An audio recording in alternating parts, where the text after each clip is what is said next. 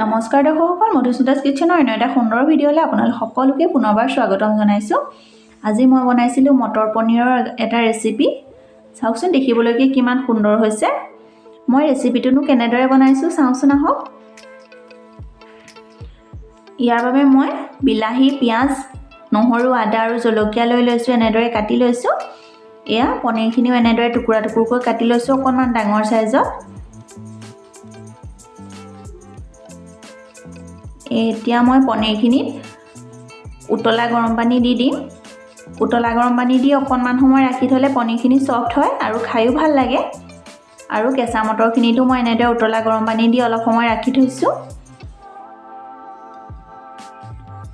এতিয়া মই এখন কেৰাহীত মিঠাতেল দি লৈছোঁ। ইয়াতে অকণমান ডালচেনি দিছোঁ, আধা চামুচ জিৰা দিছোঁ আৰু এই কাটি লোৱা পিঁয়াজ, নহৰু আৰু আদাখিনিও ইয়াতে দি দিছোঁ। এতিয়া খুব সুন্দৰকৈ অকণমান ভাজি ল'ম। এই মটৰ পনীৰৰ চব্জিখন এনেদৰে যদি বনোৱা হয় খুব কম সময়তে প্ৰস্তুত কৰিব পাৰি আৰু দেখাৰ লগতে খাবলৈও খুবেই টেষ্টি হয়। যিসকলে এনেদৰে বনোৱা নাই এবাৰ বনাই চাব। এয়া মই কাটি লোৱা বিলাহীখিনিও ইয়াতে দি দিছোঁ। এতিয়া বিলাহী দিয়াৰ পিছত অকণমান নিমখ ইয়াতে দি দিছোঁ, তেতিয়া বিলাহীখিনি সোনকালে গলি যাব।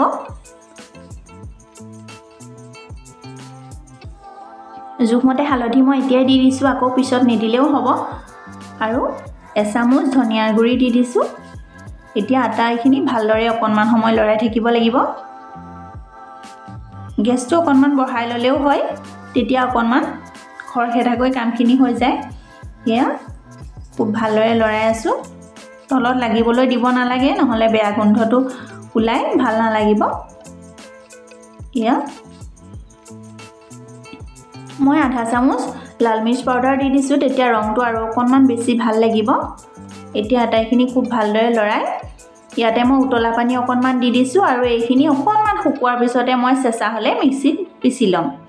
এতিয়া আকৌ কেৰাহীখনতে অকণমান পাঁচফোৰণ ছটিয়াই দিলোঁ আৰু ইয়াতে কেঁচা মটৰখিনি পানীৰ পৰা টুকি মই দি দিছোঁ, অকণমান লৰাই দিছোঁ। এতিয়া ইয়াতে মই অকণমান নিমখ দি দিছোঁ, তেতিয়া ফুটি আৰু একেবাৰে দৌৰ নামাৰে। এতিয়া নিমখ দি অকণমান লৰাই ঢাকনিখন লগাই দিম। কেঁচা মটৰ নহ'লে এনেদৰে কেৰাহীত দিলে বহুত দূৰলৈকে চিটিকি যায়, অকণমান নিমখ দি দিলে চিটিকি নাযায় আৰু। এয়া ঢাকনিখন লগাই ল'লোঁ। ভিডিঅ'টো যদি এইখিলৈকে ভাল লাগিছে এটা লাইক কৰিব আৰু কমেণ্ট কৰি জনাব আপোনালোকৰ মতামত। আমাৰ চেনেলত যদি প্ৰথমবাৰ আহিছে তেনেহ'লে চেনেলটো ছাবস্ক্ৰাইব কৰি অল কৰি ল'ব, তেতিয়াহে আহিবলগীয়া ভিডিঅ'সমূহৰ ন'টিফিকেশ্যন পাই থাকিব। এয়া চাওকচোন, মই যে পিঁয়াজ, নহৰু, আদা, বিলাহী আটাইখিনিৰ পেষ্টটো বনাইছিলোঁ। এতিয়া মই মটৰখিনি ভাজি হোৱাৰ পিছত এনেদৰে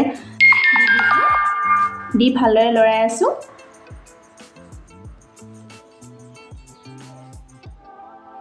আৰু এই বাতিটোতে অকণমান পানী দি আকৌ মই তাতে মিলাই দিম।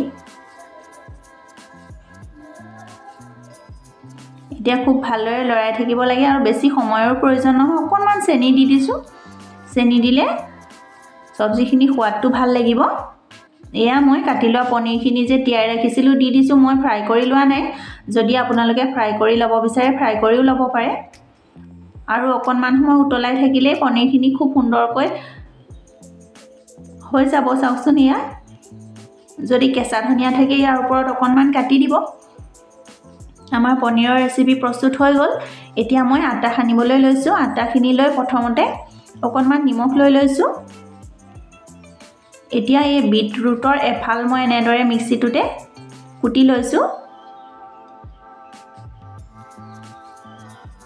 বিটৰুটখিনি কুটি লোৱাৰ পাছত ইয়াতে অকণমান পানী দি মিক্সিত ভালদৰে মাৰি ল'ম আৰু খুব মিহিকৈ পিচি ল'ব লাগে। গোটা থাকি যাবও পাৰে, সেয়েহে অকণমান চেকনি এখনত লৈ চাকি ল'ব, তেতিয়া লুচিখিনি সানিবলৈ ভাল হয়। নহ'লে গোটা থাকি যাবলৈ হ'লে লুচিখন নুফুলিব আৰু বেলিবলৈও বেয়া হ'ব। এয়া মই সকলোবোৰ দি দিছোঁ আৰু ইয়াতে জোখমতে পানী দি আটাখিনি ভালদৰে সানি ল'ম। লুচিৰ জোখত সানিব লাগিব আটাখিনি, সকলোৱে জানেই, সেইবাবে দেখুৱাই থকা নাই আৰু। এয়া মই আটাখিনি সানি ল'লোঁ।